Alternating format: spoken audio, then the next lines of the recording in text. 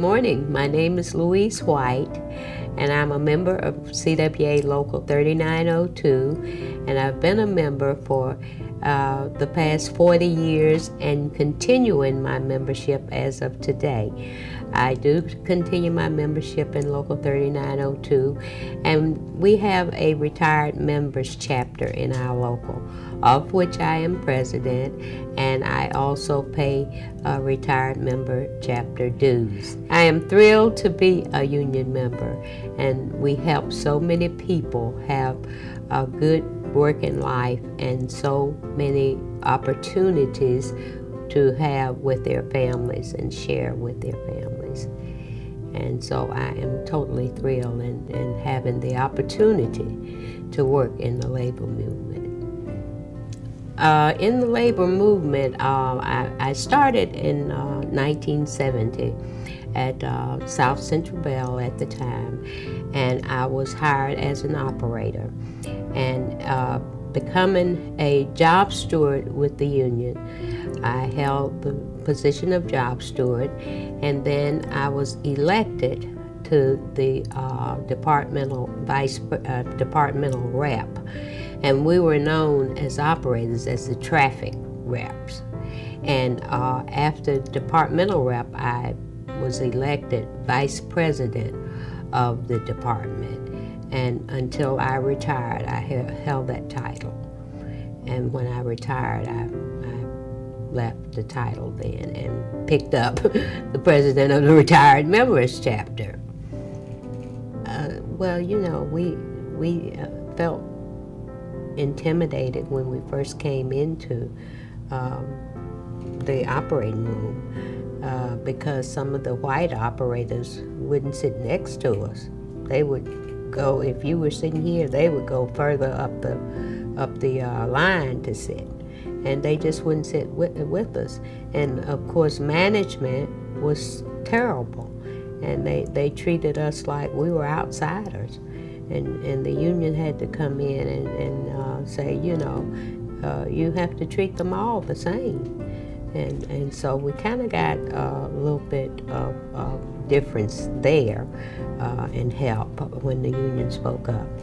But we were kind of alienated a little bit within the labor movement. I was one of the first blacks to get on the executive board here in this local. And until Rhonda Taylor came, I was the only black in this local. And when we would have union meetings, I'd probably be the only black at union meeting. I used to take my kid and my husband with me, so I'd have some more with me. But it was, everybody was nice, but they just didn't want to seem like they want to mingle with you or be involved with you. And for a good while there, Rhonda Taylor and myself were the only two blacks on the executive board. I got involved with the union because an incident happened where one of the operators' daycare center called and told her that her baby was sick and that she had to come and pick him up. And so she went and told management, and management told her no, she could not go. She said, but my baby is sick, I've got to go. Management said no, and she was walking to the elevator, and management was walking behind her and says, if you leave here, you're going to lose your job. You're not going to have a job. And she was steady crying, says, I'm sorry, I got to go. My baby is sick, I got to go. And I thought that was the most horrible thing I had ever seen. And to me, it was elementary. I mean, you know, why would you be so heartless as to tell someone you cannot go and see about your baby? And so I got involved, and I've been involved ever since. At that particular time, well, we considered our benefits to be fair, but after I had worked there for about a year, we had a contract expiration, and that was in 1971, and we ended up having to go on strike.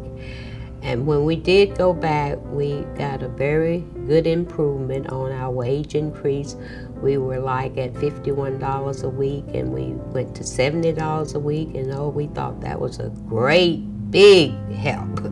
And the benefits went up, which helped the increase much more. And working conditions for operators didn't change that much, but just a little thing.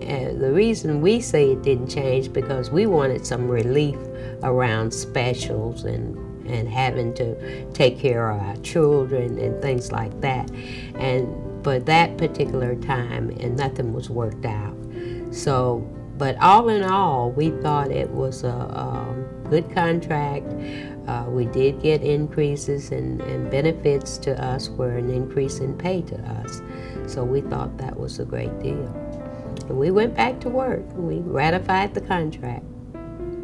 At the time that I was representing the operators, we had like from 900 to 1,000 operators in Birmingham. And it was quite a struggle to try to work the hours that you had to work, because we had hours that were not the same every day. We had split tours where you come in the morning and you would work part that morning and then come back in the afternoon and work the other part. And with children, that became a disadvantage because so many of the ladies didn't have babysitters and ways to be able to have to keep their children. And so that caused a problem, and it was something that the company on their attendance policy was very strict on us about. We couldn't be late, although they'd have 10 clocks in the office and all 10 of them would have a different time. So we'd choose the one that would benefit us, to make us on time. And of course, they would choose the one that would make us late. So they would always dock us a tardy. And so we fought that to get the clocks right. And then another thing was that we worked night shifts. And as I said, all tours were ones that we had to work, and it made no difference. Well, if you had accrued some seniority, you got the privileges of being able to choose a steady tour. But if you had no seniority and you were young and newly hired, if you kept your job, you worked anything that they gave you to work. And it was a total struggle. My biggest challenge I want to take first, because in 1984, 1/1/1984, that was divestiture. And that was a time that was really tremendous to everybody. We were in a downsizing. We went from a blooming industry to a downsizing industry. And it affected so many lives. In the breakup of the Bell system, at that particular time, we were South Central Bell, and then later on they renamed it to Bell South. Part of us went to Bell South, and another part went to AT&T, which is it's AT&T now. They are called the new AT&T, but they didn't change. And down through the years, we saw many downsizing, many people laid off, and it was just a tremendous time from 84 on. And it's still happening today. They're closing offices and people are losing their jobs, and we just are in a dilemma. And we just didn't know where to turn. It was just you know, a hard time for everybody.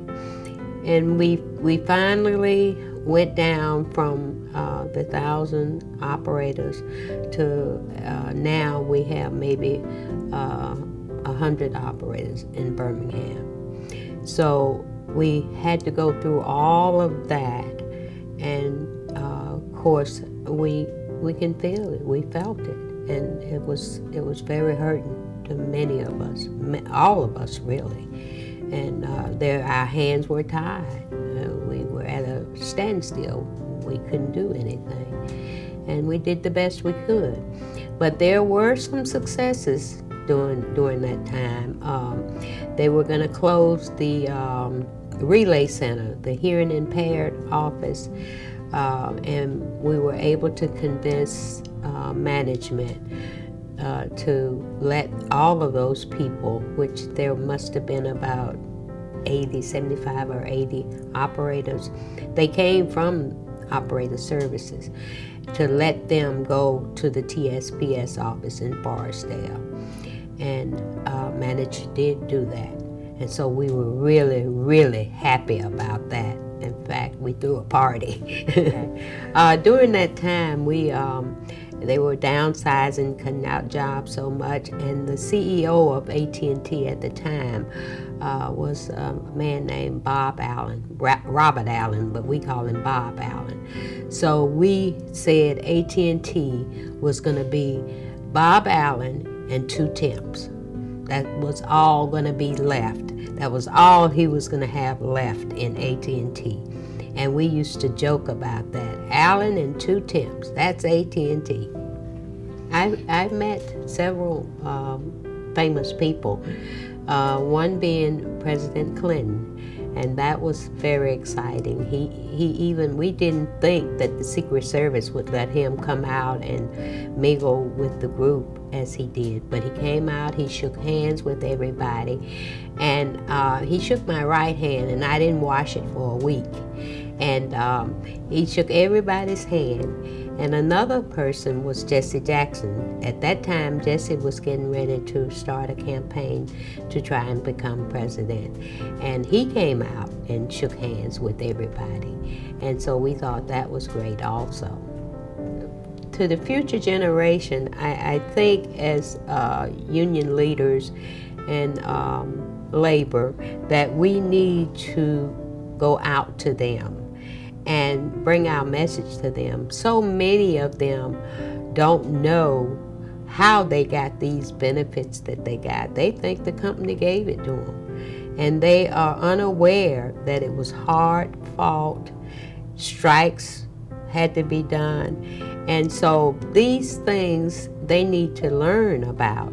And I wish there would, at some point in time, be a way to educate the young people, because if they knew where we came from, then they will know where we're trying to get to, and a lot of them would become more involved. And it's their lack of understanding of the labor movement, I think, that kind of makes them hesitant and make them think that they're going to get this stuff. But they don't know that stroke of the pen can take all of that away, wash it away.